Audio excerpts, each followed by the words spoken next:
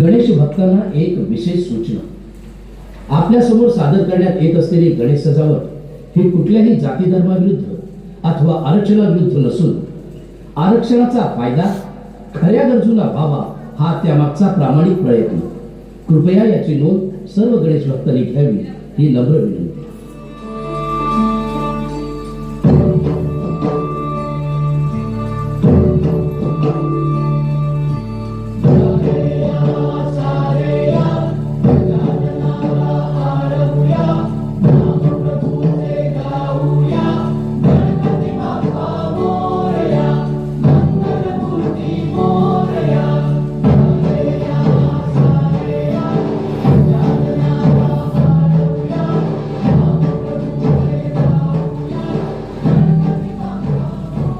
श्री गणेश दर्शनासाठी आलेल्या सर्व गणेश भक्तांचे नाना भोईर परिवारातर्फे हार्दिक हार्दिक स्वागत. गणेश सजावटीद्वारे जनजागृती करणे हेच आमचे ध्येय. याही वर्षी आम्ही आपल्या समोर सादर करीत आहोत संपूर्ण महाराष्ट्राला ढवळून काढणारा, समाजातील प्रत्येकाच्या डोक्याला झिंझिण्या आणणारा विषय, अर्थात आरक्षण. होय, आरक्षण. आरक्षण म्हणजे समाजातील मागास घटकांना सरकारी नोकऱ्यांमध्ये तसेच शैक्षणिक क्षेत्रात दिली जाणारी विशेष सवलत. स्वातंत्र्याच्या काळात आपल्या देशात दुर्बल घटक व उच्चवर्णीय यांच्यात मोठी दरी निर्माण झाली होती. समाजात निर्माण झालेली ही दरी नष्ट करून दुर्बल घटकांना समाजाच्या मुख्य प्रवाहात आणण्यासाठी आपल्या संविधानात अशा मागासवर्गीयांना कायद्याने आरक्षण देण्यात आले. या दुर्बल घटकांना आपली प्रगती करण्यासाठी आरक्षणाचा बराच फायदा झाला. आज स्वातंत्र्याला 72 वर्षे पूर्ण झाली. या 72 वर्षात खूप काही उलथापालथ झाली. शिक्षणासाठी द्यावी लागणारी भरमसाठ फी, बेरोजगारी यामुळे जनता त्रस्त झाली. ज्यांना आरक्षणाचा फायदा मिळत नाही त्या सर्वांना आरक्षणाचे महत्त्व कळले व ते सुद्धा आपल्या प्रगतीसाठी सरकारकडे आरक्षणाची मागणी करू लागले.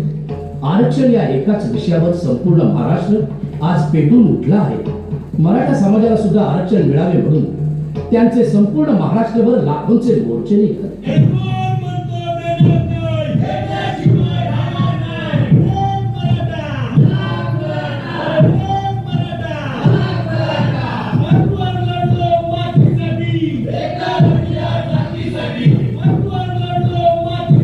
मराठ्यांच्या पाठोपाठ मुसलमानांनी सुद्धा आपल्या आरक्षणाचा कोटा वाढवण्यासाठी अल्लाहू अकबरचा नारा देत मोर्चे काढले. संपूर्ण महाराष्ट्रात आरक्षणाचा प्रश्न पेटलेला असताना धनगर समाजानेही अनुसूचित जमातीमध्ये आपल्याला आरक्षण मिळावे म्हणून मोर्चे काढले. धनगराची मेंढर का धनगराची मेंढर, धनगराची मेंढर का धनगराची मेंढर, मातीवानी खाल कुणी दुधावानी पांढर, मातीवानी खाल कुणी दुधावानी पांढर. धनगराची मेंढर का धनगराची मेंढर, धनगराची मेंढर का धनगराची मेंढर. आपल्या मागण्यांवर सरकार लक्ष देत नाही या भावनेने शांततेत निघणाऱ्या लाखोंच्या मोर्चांनी रौद्र रूप धारण केले. शांततेची जागा दगडफेक, जाळपोळ, तोडफोडीने घेतली.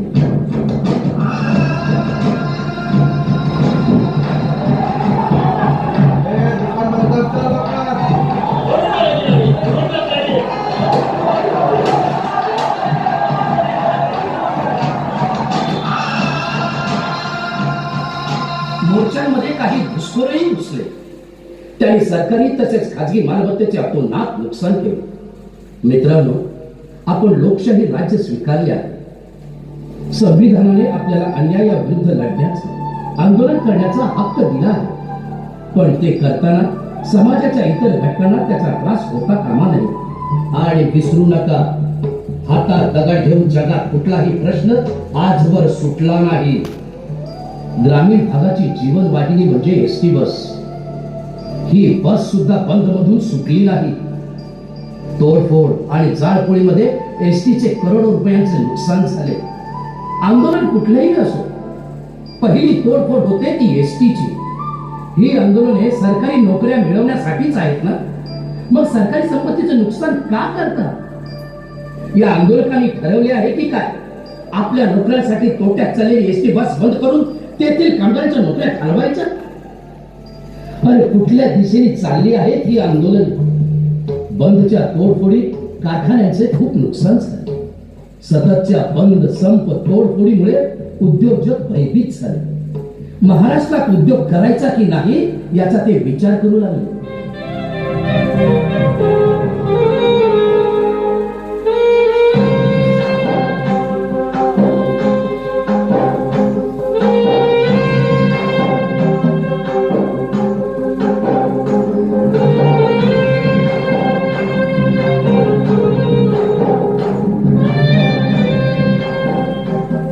सर्वात जास्त नोकऱ्या या सरकारी क्षेत्रात नसून खाजगी क्षेत्रात आहेत याचा विचार आंदोलक विसरले आहेत का? ज्या रोजगारासाठी झगडत आहात त्याच कारखान्याला तुम्ही टाळे लावायला निघाला. वा रे वा तुमचे आंदोलन. महाराष्ट्राचा बिहार करायचे ठरवले आहे की काय? अरे कुठे घेऊन चालला आहात महाराष्ट्र आपलं? शाळांमध्ये ज्यांना आरक्षण आहे त्यांना कमी फी, ज्यांना आरक्षण नाही त्यांना संपूर्ण फी भरावी लागते. बरेचसे विद्यार्थी हुशार असून सुद्धा भरमसाठ फी असल्यामुळे शिक्षणापासून वंचित राहत आहेत. साहजिकच त्यामुळे मुलांमध्ये तेढ निर्माण झालेली आहे.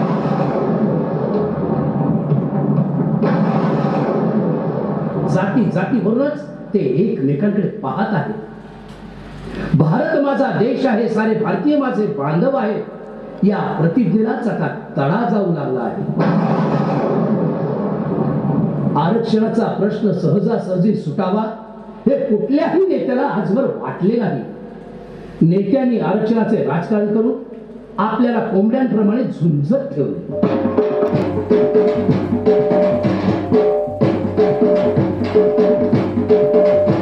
तुम्ही आपापसात कोंबड्यांप्रमाणे भांडत राहा, एकमेकांची डोकी फोडा, जाती तणाव निर्माण करायचा, त्यामुळे नेत्यांना निवडणुका जिंकण्यास मदत होते. याच नेत्यांच्या चिथावणीमुळे आपण हिंसाचार घडवला. बंदच्या हिंसाचारामुळे हजारो युवकांवरती गुन्हे दाखल झाले. ज्यांच्यावर गुन्हे दाखल झाले त्यांना यापुढे सरकारी नोकऱ्या मिळणार नाही. कोंबड्यांच्या झुंजीत नेत्यांची पोळी भाजली जाते. आणि आपली पोळी करपते ना भावा. आपल्या समाजाला आरक्षण मिळावे म्हणून कित्येक तरुणांनी आत्महत्या केली. आरक्षणासाठी आत्महत्या हा पर्याय कदापि होऊ शकत नाही. महाराष्ट्रामध्ये येणाऱ्या उद्योगधंद्यांमध्ये 70 ते 80% नोकऱ्या येथील भूमिपुत्रांनाच मिळाल्या पाहिजे असा कायदा करण्याबाबत सरकारला भाग पाडण्यास एकही नेता महाराष्ट्रात जन्माला आला नाही. असा जर कायदा केला असता तर येथील बेरोजगारांचा बराचसा प्रश्न सुटला असता व आरक्षणावरून येथील भूमिपुत्रांना आत्महत्या कराव्या लागल्या नसत्या. याचा विचार कोणीच करत नाही. संपूर्ण जग आज आपला देश, आपला समाज, आपण स्वतः कसे प्रगत आहोत हे दाखवण्यासाठी धडपडत आहेत. पण जगाच्या पाठीवर भारत हा एकमेव असा देश असेल जेथे शालेय जीवनापासून पालक आपला मुलगा मागास आहे हे दाखवण्यासाठी जीवाचा आटापिटा करत आहे. हीच का स्वातंत्र्यानंतरची आपली 72 वर्षाची प्रगती? जातीयता, आरक्षण आपल्यात इतकी भिनली आहे की तो दिवस दूर नाही. आईच्या गर्भातच बाळ विचार करेल, जन्माला जातोय पण आरक्षणासाठी माझे आई वडील मागासवर्गीय असावे, नाहीतर निदान इतर मागासवर्गीय तरी. यालाच म्हणायचे का मेरा भारत महान? आज वेळ आलेली आहे ती या फळफळत्या जखमेवर उपाय शोधण्याचा, जातीत उभी राहिलेली द्वेषाची भिंत पाडण्याची, तसेच माणसात निर्माण झालेली दरी मिटवण्याची. त्यावर उपाय म्हणजे आर्थिक निकषांवर आरक्षण. होय, वार्षिक उत्पन्नावर आरक्षण मिळायलाच हवे. पण ते कुणाला? आज प्रत्येक समाजात असे कितीतरी लोक आहेत ज्यांची परिस्थिती हालाकीची आहे. व्यवस्थित नोकरी नाही, पोटभर अन्न नाही. मुले अभ्यासात हुशार आहेत पण पैसा नसल्याने उच्च शिक्षण घेऊ शकत नाही. उच्च शिक्षणापासून ते वंचित राहतात. अशा गरीब गरजू लोकांना आरक्षण मिळाले पाहिजे, मग तो कुठल्याही समाजाचा असो वा जातीचा. आरक्षणामुळे त्यांची सुद्धा प्रगती होईल. आणि सर्वात महत्वाचे म्हणजे आर्थिक परिस्थितीनुसार आरक्षण दिल्यास जातीचा प्रश्नच उद्भवणार नाही आणि जाती जातीमध्ये उभी राहिलेली द्वेषाची भिंत जमीन दोस्त होईल. चला तर गणेश भक्तांनो, आजच्या या पवित्र दिनी विघ्नहर्त्याला साकडे घालूया. देवा, आम्हाला माहित आहे तुला आमची काळजी आहे. तूच आम्हाला यातून मार्ग दाखवशील. समाजात निर्माण झालेली कटुता तू दूर करशील. येईल मुठीत तुझ्याही आभाळ माघार खेळू नको.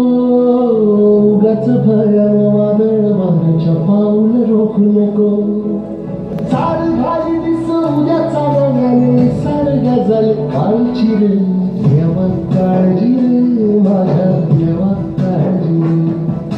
देवा काळजी रे माझ्या देवा काळजी रे.